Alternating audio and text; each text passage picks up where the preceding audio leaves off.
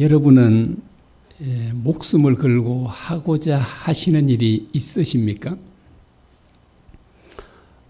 혹시 그것이 있다면 그것이 무엇입니까? 갑자기 물으니까 여러분 잘 생각이 나지 않으시죠? 내가 정말 목숨을 걸고 하고자 하는 일이 있는가? 내게. 그런데 사도 바울은 있었습니다. 사도 바울은 사도행전 2장 24절에 이렇게 말하고 있습니다. 내가 달려갈 길과 주 예수께 받은 사명 곧 하나님의 은혜의 복음을 증언하는 일을 마치려 하면은 나의 생명조차 조금도 귀한 것으로 여기지 아니하노라.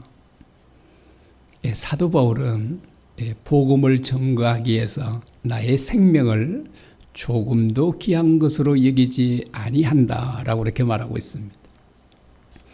정말 사도 바울에게는요, 목숨을 걸고 하고자 하는 일이 있었잖아요. 여러분, 이런 사람들은 참 복된 사람이고 정말 행복한 사람입니다. 여러분, 다른 사도들도 그랬습니다. 다른 사도들도 정말 목숨을 걸고 주님과 주님의 복음을 전거했던 것입니다. 죽어가는 사람들을 살리기 위해 목숨을 바치는 사람, 얼마나 정말 멋지고 아름다운 그런 사람입니까? 그런데 우리 하나님께도 목숨을 걸고 하고자 하시는 일이 있었을까요? 그분에게도 있었습니다. 하나님 자신의 목숨을 걸고 하고자 하시는 일이 있었습니다. 그것이 무엇이었죠? 바로 이 세상에 하나님의 나라를 세우는 것입니다. 죄와 사망 가운데 있는 우리 인간들을 살리는 것이었습니다. 자, 이 일을 위해서 하나님께서는 자신의 목숨을 걸었습니다. 하나님께서는 바로 이 땅에 하나님 나라를 세우시기 위해 아브라함을 택하셨습니다. 아브라함에게는 모두 8명의 아들이 있었는데 그 8명 가운데 이삭을 택하셨습니다. 그리고 이삭은 두 아들을 낳았는데 에서와 야곱인데 그 둘째로 태어난 야곱을 하나님께서는 선택하셨습니다. 그런데 야곱은 모두 총 12명의 아들을 낳습니다. 2명의 아내와 2명의 첩을 통해 12명의 아들을 낳습니다. 그 가정에 대한 이야기가 창세기에 기록되는데 그 가정 이야기들을 들어가 보면 정말 그 집은 한마디로 완전히 콩가루 집안입니다. 진짜 이게 난리가 일어날 리가 없잖아요. 그것도 부인은 뭐예요? 아내 두 사람은 자매가 아니잖아요. 언니, 동생입니다. 그래가지고 자기 남편에게 첩을 준 사람들도 그들입니다. 혹시 여러분 아내들 가운데 자기 남편에게 첩을 주려고 할 사람이 있으신가요? 아무도 없으시죠? 그들은 막 기꺼이 주는 겁니다. 그런데 그렇게 태어난 12명의 아들을 하나님께서는요, 한 사람도 버리지 아니하시고 하나님의 나라를 세우기 위해 하나님의 백성들을 만드시기 위해 그 12명의 아들을 온전히 택하셨다는 사실입니다. 여러분 잘 이해가 되시는가요? 그들보다는 차라리 이삭의 두 아들이 훨씬 낫잖아요. 그들은 본부인에서 그리고 쌍둥이를 낳았잖아요. 그런데 하나님께서는 그 예수는 택하지 않으시고 진짜 엉망진창인 그 가정에서 태어난 12명의 야곱의 아들들을 하나님의 그 나라를 세우기 위해서 택하셨다. 그래서 그들이 이스라엘의 12지파가 됩니다. 하나님께서 왜 이렇게 이스라엘 백성들을 하나님의 백성으로 선택하셨죠? 바로 그들을 통해 바로 하나님의 나라를 세우기 위함입니다. 이걸 다르게 표현하면 세상 만민들을 구원하기 위함입니다. 하나님께서는 자신의 계획을 아브라함에게 말씀해 주셨습니다. 땅의 모든 족속이 너로 말미암아 복을 얻을 것이라. 또 내 씨로 말미암아 천하 만민이 복을 얻으리라. 그런데 불행하게도 이스라엘 백성들은 하나님의 백성다운 삶을 살지 않게 됩니다. 그래서 하나님께서 이스라엘 백성들을 심판하여 망하게 하십니다. 이스라엘 백성들이 다 완전히 이 북이스라엘, 남이스라엘, 남유다가 멸망하고 완전히 그들이 흩어졌을 때 하나님의 그 원대한 계획은 완전히 실패처럼 보였습니다. 하나님의 그 원대한 계획이 실패였나요? 그렇지 않았습니다. 하나님께서는 포로로 잡혀간 그들을 다시 고국 땅으로 돌아오게 하셨습니다. 다니엘이요, 포로로 잡혀갔던 다니엘이 이렇게 예언을 했습니다. 다니엘서 2장 44절입니다. 이 여러 왕들의 시대에 하늘의 하나님이 한 나라를 세우시리니 이것은 영원히 망하지도 아니할 것이요 모든 나라를 쳐서 멸망시키고 영원히 있을 것이라. 정말 놀라운 말씀을 하고 있습니다. 하나님께서는 거대한 제국들이 지배하고 다스릴 때, 그런 시대 때 하나님께서는 한 나라를 세우시겠다라고 하십니다.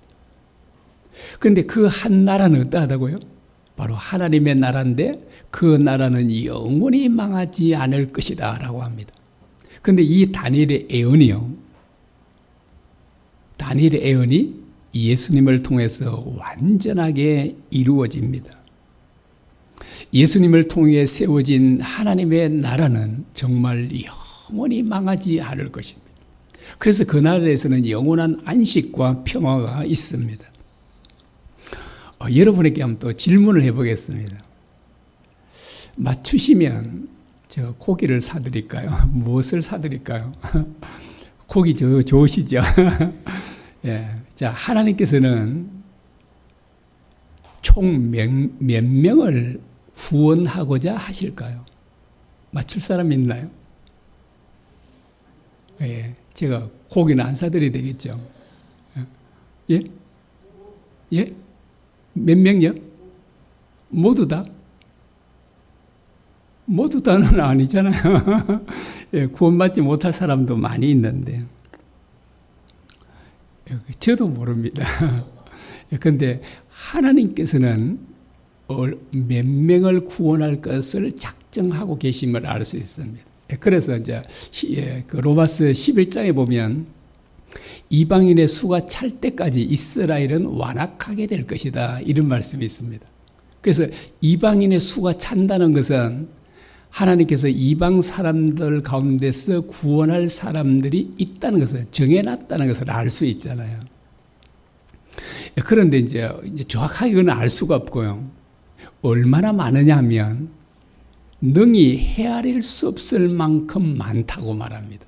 계시록 7장 9절입니다. 아무도 능히 셀 수 없는 큰 무리가 나와 흰옷을 입고 어린 양 앞에 섰어라고 말합니다. 자, 이 말씀에 의하면 장차 구원받을 사람이 어떠하다고요? 셀 수 없을 정도로 많다고 말씀하고 있습니다. 아마 지금까지 구원받은 사람들도 아마 수백억 명이 안 될까, 그렇게 생각이 됩니다. 이제 정확하게 알 수 없지만요. 그런데 이 구원받을 사람들은, 이 많은, 셀 수 없을 만큼 많이 구원받을 이 사람들은 한 곳에 모여 살지 않습니다. 세계 각처에 살고 있는 것입니다. 그래서 그들을 찾아가서 하나님의 백성들로 만들어야 하는 것입니다. 주님께서는 이러한 하나님 아버지의 뜻을 이루시기 위해서 12명을 사도로 택하시고 세우셨습니다. 그들을 통해서 하나님의 나라를 이 땅에 세우고자 하셨던 것입니다. 자, 구약 시대는 야곱의 몇 명의 아들을 세우셨다고요? 택해 세우셨다고? 12명. 신약 시대에도 똑같죠. 그래서 자, 이 구약 시대에 12명을 세우신 것처럼 신약 시대 주님께서도 12명의 사도들을 통해서 교회를 세우시고 하나님의 나라를 이 땅에 세우고자 하셨던 것입니다. 자, 오늘 본문 우리가 계속 보고 있죠. 16절에 보면 이렇게 말씀합니다. 너희가 나를 택한 것이 아니요 내가 너희를 택하여 세웠나니. 제자들이 주님을 택한 것이 아니라 주님께서 제자들을 택하여 세우셨다라고 이렇게 말합니다. 마이크로소프트 회사에는 1년에요. 그 전 세계에서 전 세계에서 보내는 인재들이요. 그 이력서들이 무려 20만 통 쌓이고 있다고 합니다. 1년에만. 그런데 그 회사에서는 이력서만 보고 뽑지 않는다고 합니다. 그래서 인재 발굴 팀에서 수백 명의 수백 명의 사람들이요. 직접 찾아가서 인재들을 찾는다고 합니다. 그 한 일화가 있는데요. 그 소프트웨어 뛰어난 기술자인 아눕 굽타라는 이 사람을 영입하기 위해서요. 그가 다니는 회사를 통째로 인수했다고 합니다. 진짜 대단한 회사죠. 그 한 사람을 영입하기 위해서 그가 다니는 회사를 통째로 인수했다고 하니까 어떤가를 보여줍니다. 여러분 구글 회사도 잘 아시죠? 여기에 인재 발굴 팀이 무려 2,000명이 넘는다고 합니다. 세상에 인재 발굴을 위해서 2,000명이 넘는 직원들이 일을 하고 있다고 하니까요. 왜 거대한 기업들이 인재 발굴을 하는데 사활을 걸까요? 바로 거기에 회사의 운명이 달려있기 때문에 그렇습니다. 그래서 한 사람의 훌륭한 인재를 얻으면 그 회사가 살게 되는 것입니다. 그래서 세계적인 기업들은 진짜 어마어마한 그 돈들을 투자해서 인재들을 발굴하고자 합니다. 그래서 세계적인 기업들은 인재 전쟁을 벌이고 있다라고 이렇게 말합니다. 여러분, 하나님의 계획은 어떤가요? 수백억의 사람들을 하나님의 백성들로 만드는 일입니다. 이것은 세계 초인류 회사를 만드는 것과는 차원이 다르지 않습니까? 여러분, 죄인을 하나님의 백성으로 만드는 일은 그 어떤 일보다 어렵습니다. 여러분, 그러면 어떤 인재를 뽑아야 될까요? 전 세계에서 12명을 만약에 뽑는다면 전 세계에서 가장 뛰어나고 능력 있는 사람을 뽑아야 되지 않겠습니까? 그런데 주님께서는 그런 사람들을 뽑지 않으셨습니다. 주님께서는 자기를 따라다니는 사람들 가운데 12명을 택해서 사도로 뽑으셨습니다. 여러분, 그들의 이름은 우리가 잘 알고 있죠. 이렇게 말하고 있습니다. 마가복음 3장 16절에서 19절입니다. 이 12를 세우셨으니 시몬에게는 베드로라는 이름을 더하셨고 또 세베대의 아들 야고보와 야고보의 형제 요한이니 이 둘에게는 보아너게 곧 우리의 아들이란 이름을 더하셨으며 또 안드레와 빌립과 바돌레메와 마테와 도마와 알페오의 아들 야고보와 및 다데오와 가나안인 시몬이며 또 가룟 유다니 이는 예수를 판 자르라. 이 사람들이 12명이 주님께서 뽑으셨던 인재들입니다. 여러분, 세계적인 기업 인재 발굴팀에서 주님께서 뽑은 이 사람들을 보고 어떻게 평가를 할까요? 여러분, 세계적인 기업에서 이 인재 발굴팀에서 주님께서 이 뽑은 사람들을 볼 때 그들의 눈에는 어떻게 보일까요? 최악의 인사라고 하겠죠. 인사는 만사다 그러잖아요. 왜 그러냐 하니까 한 훌륭한 인재를 뽑으면 나라가 살 수 있습니다. 자, 거대한 기업도 살 수 있잖아요. 그 유비엔덱의 훌륭한 인재였던 제갈량을 얻었다 그러지 않습니까? 그래서 천하를 얻을 수 있었다라고도 말하기도 합니다.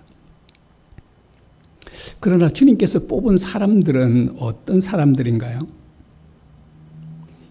인재 발굴팀 사람들이 볼 때는 이 사람들을 데리고는 아무것도 할 수 없다고 그들은 말해 줄 것입니다.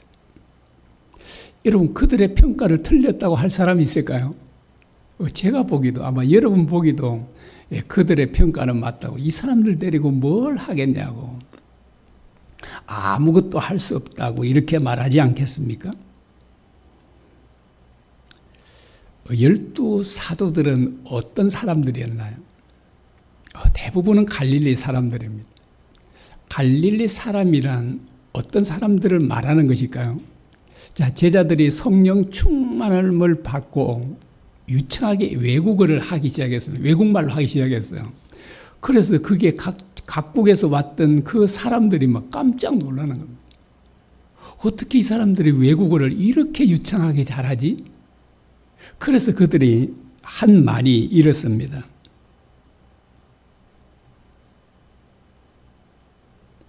사도행전 2장 7절입니다. 보라, 이 말하는 사람들이 다 갈릴리 사람들이 아니냐, 이렇게 말합니다.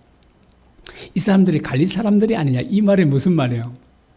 이 사람들은 무식한 사람, 배우지도 못한 무식한 사람들이 아니냐, 이 말이거든요.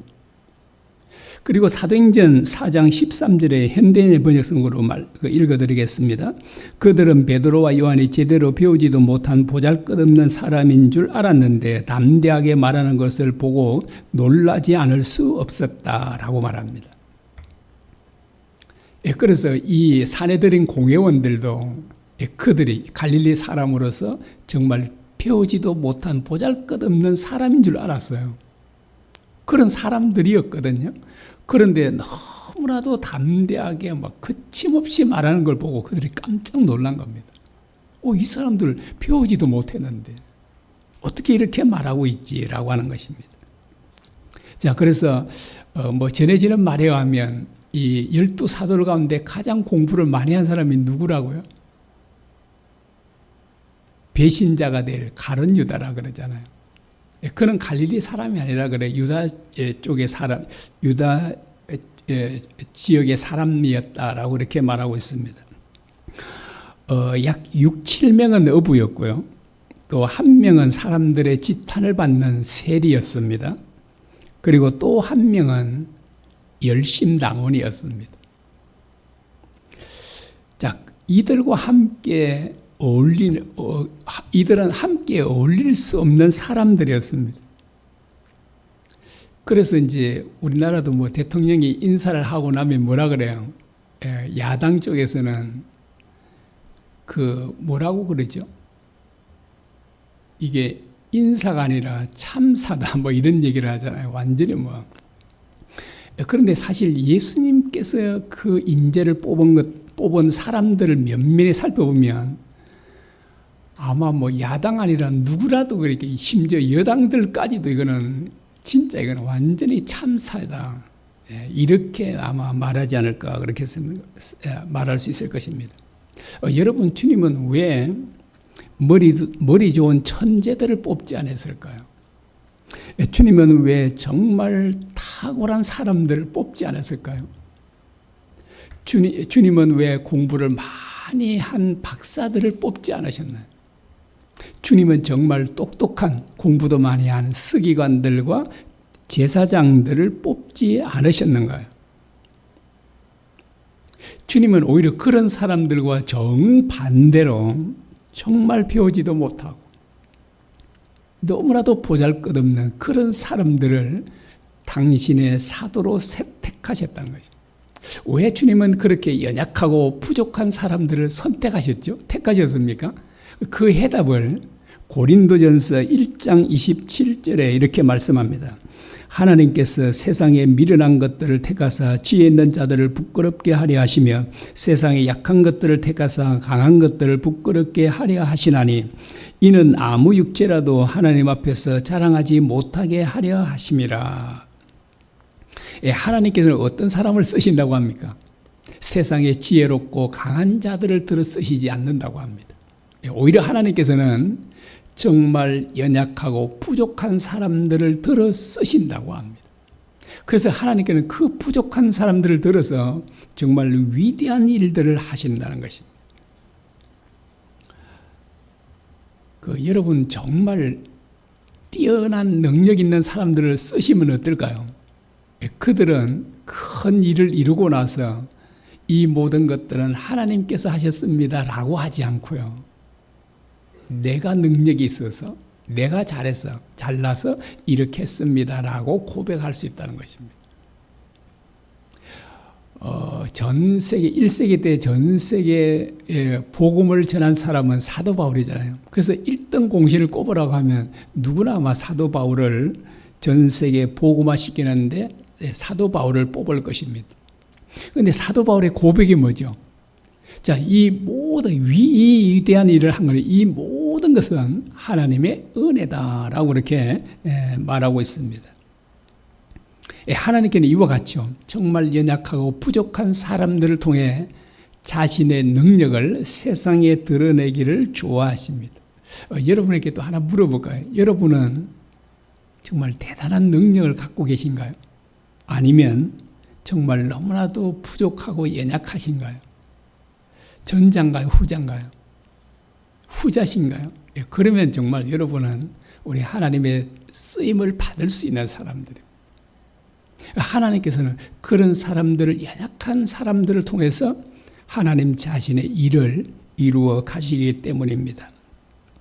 주님께서 이 세상에 오셔서 해야 할 일 가운데 가장 중요한 것은 십자가를 지는 것이죠. 그 다음에 두 번째 중요한 일은 뭘까요? 자, 첫 번째는 십자가를 지는 일, 두 번째는요.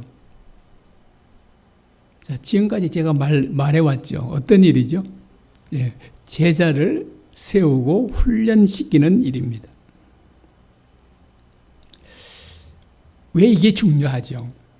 주님께서는 곧 아버지께로 돌아가셔야 했기 때문입니다. 주님께서는 전 이스라엘 지역을 다니면서 복음을 전하셨습니다. 물론 때로는 가끔 이방 지역에도 가서 복음 전했죠. 두로와 시돈, 데가볼리 이런 곳에 가서 복음을 전했습니다. 그런데 주님은 곧 떠나셔야 되니까 전 세계로 다니면서 복음을 전할 시간이 없었습니다. 그래서 이 엄청난 전 세계 복음화를 위해서 주님께서는 12사도를 택하시고 세우셨던 것입니다. 그래서 주님께서는 그들에게 맡기고 아버지께로 떠나가셔야 되는 것입니다. 여러분, 연약하고 부족한 제자들이 그 엄청난 일을 어떻게 할 수 있습니까? 여러분, 인간적인 관점으로 보면 절대 불가능하지 않습니까? 그러나 제자들은 그 일을 너무나도 훌륭하게 잘 감당했습니다. 그래서 이제 2000년이 지난 오늘날에 이르러서는 전 세계 복음이 전거되고 무려 예수 그리스도를 믿는 사람들이 25억 명이나 된다 그렇게 알고 있지 않습니까? 제자들은 그 엄청난 일을 어떻게 감당할 수 있었을까요? 그 어마어마한 일을요. 그 비결은 너무나도 간단하죠. 우리가 계속 살펴온 말씀입니다. 그 비결을 주님께서 이렇게 말씀하시죠. 내 안에 거하라 나도 너희 안에 거하리라. 저가 내 안에 내가 저 안에 있으면 이 사람은 과실을 많이 맺나니 라고 합니다. 주님 안에 거하는 것이 그 비결이다라고 그렇게 말씀하고 있습니다.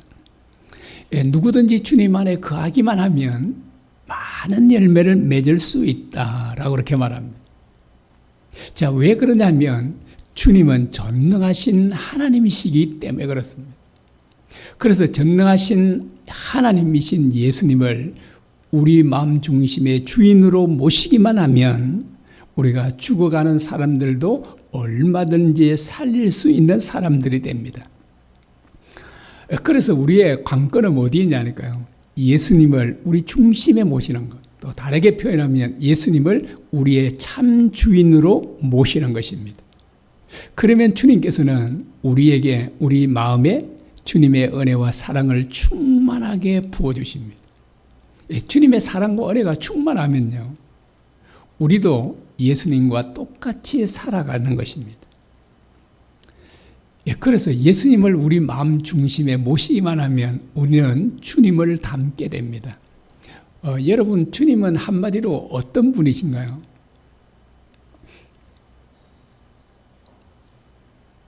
주님은 물론 이제 주님은 대단한 능력도 행한다 이렇게도 말할 수 있죠. 대단한 능력을 행하시지 않습니까? 그런데 그것은 사탄도 행합니다. 주님이 어떤 분이신가는 주님은 참 사랑의 주님이시다라고 하는 것입니다. 그래서 대단한 능력을 행하는 그런 목사님이라 할지라도요, 귀신을 쫓아내고 병도 고치는 이런 분이라 할지라도 천국에 들어가지 못할 사람들이 있다고 마태복음 7장에 말씀하고 있지 않습니까? 왜 그럴까요? 그들에게는 능력은 있어서 병도 고치고 귀신도 쫓아낼지 모르지만 그들에게는 사랑이 없다는 것입니다. 그래서 예수님을 닮은 사람이란 어떤 사람인가 하니까요, 능력을 행하는 사람이 아니라 사랑을 하는 사람, 사랑의 사람이다 라고 하는 것을 보여주고 있습니다. 주님은 우리가 언제나 사랑의 열매를 항상 맺기를 원하십니다. 여러분, 어떻게 우리가 항상 사랑의 열매를 맺을 수 있나요? 우리가 이제 나무를 보면 알 수 있습니다. 여러분, 어떤 나무가 항상 열매를 맺을까요? 아무리 가뭄이 와도 열매를 맺죠? 시냇가에 심겨진 나무입니다.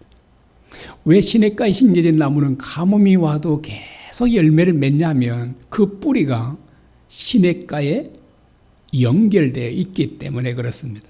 그와 마찬가지로요, 우리도 항상 사랑의 열매를 맺으려면 우리가 생명수 되시는 주님께 연결되어 있어야 된다.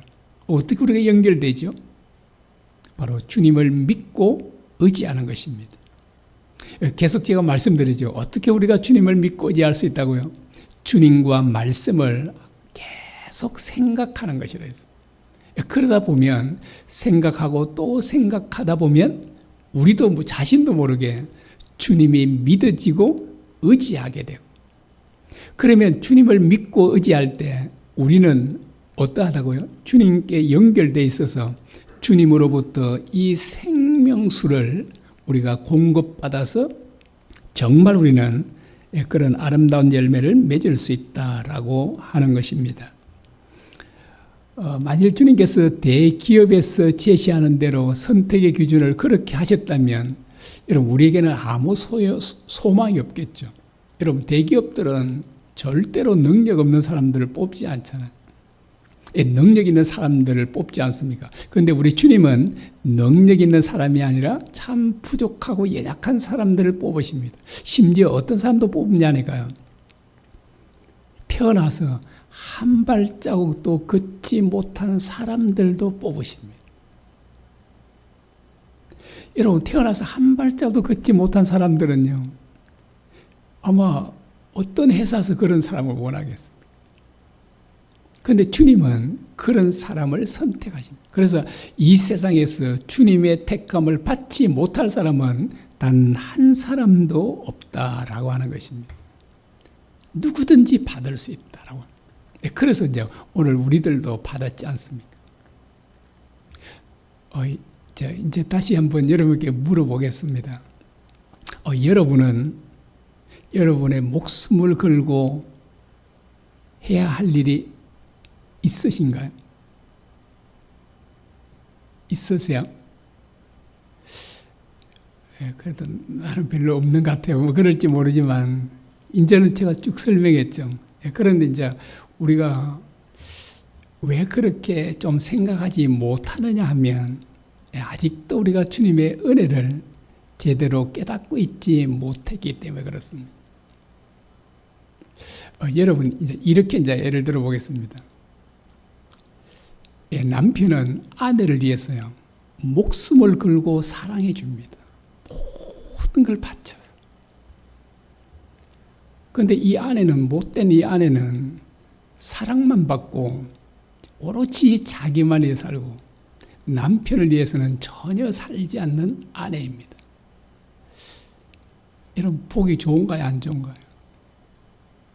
여러분 아마 그런 아내가 되고 싶은 분은 없으시죠? 그와 같습니다. 하나님께서는 우리를 위해서 자신의 모든 것을 내어주셨잖아요. 그러면 우리도 정말 하나님을 위해서 우리의 목숨을 내드리는 것이 너무나도 당연합니다. 그런데 사실은 우리 목숨은 어떠냐면 우리의 목숨은 이래도 저래도 죽을 목숨이었어요. 이래도 저래도. 우리는 당연히 죄 때문에 죽어 마땅해야 될 사람들이었지 않습니까? 그런 목숨이었어요. 그런데 하나님께는 그렇지 않으셨잖아요. 하나님께서는 자신의 목숨보다 귀한 그 아들을 아낌없이 내어주셔서 우리를 살려주신 것입니다. 그래서 저는 요즘에도 계속 묵상하는 게 나는 사형수였다는 것. 그런데 주님께서 내 대신 사형을 받으셨다는 것. 이것도 단순히 내 육체의 생명을 구하기 위해서가 아니라 영원한 지옥 형벌로부터 나를 구해 주시기 위해서 주님께서 내 대신 사형을 받으셨다는 것을 자주 묵상을 합니다. 그 묵상을 하다 보면 제가 이제 어떤 마음이 드냐니까 나도 정말 주님을 위해서 내 목숨을 드려야지 이런 생각이 드는 거예요. 저는 여러분들에게 주님을 위해서 목숨을 바치십시오라고 하고 싶지 않아요. 왜 그럴까요? 그래서 바칠 수 있는 것도 아니고요. 여러분에게 권면하든 여러분에게 강조하든 그것은 합당한 일이 아닙니다. 어떻게 해야 돼요? 우리 스스로가 나도 주님을 위해서 바쳐야지. 이 마음이 들어야 되는 거예요. 이 마음. 이 마음이 어떻게 된다고요? 진짜 주님의 은혜를 깨닫게 될 때 우리도 그런 마음을 갖게 되는 것입니다. 여러분 1만 달란트 빚진 종이 자기에게 100대는 빚진 종을 용서하지 못하잖아요. 여러분 1만 달란트는 무려 20만 년 동안 일해서 갚아야 할 돈이고요. 100데나리온은 100일 동안 일해서 갚아야 할 돈이에요. 비교가 안 되잖아요. 이게 우리가 하나님과 우리의 관계입니다. 하나님께서 우리에게 정말 우리의 상상을 초월한 것들을 사랑과 은혜를 베풀어 주셨습니다. 그런데 우리가 해야 될 것은 100데나리온에 불과합니다. 우리의 목숨을 드린다 해도. 우리가 이 사실을 우리가 진짜 깨달으면 우리도 스스로 어떻게 해요? 여러분 주님께 목숨을 바치시죠. 이 말을 할 필요가 없는 거예요. 서술로 그냥 나도 바쳐야 되겠다. 이 마음이 들어야 되는 것입니다. 그래서 계속 여러분 우리 모두가 주님께서 우리에게 베풀어 준 은혜가 얼마나 큰지를 우리가 묵상하고 깨닫는 저와 여러분에 대해서 정말 우리도 하나님처럼 우리가 하나님을 사랑하는 저와 여러분이 되기를 바랍니다.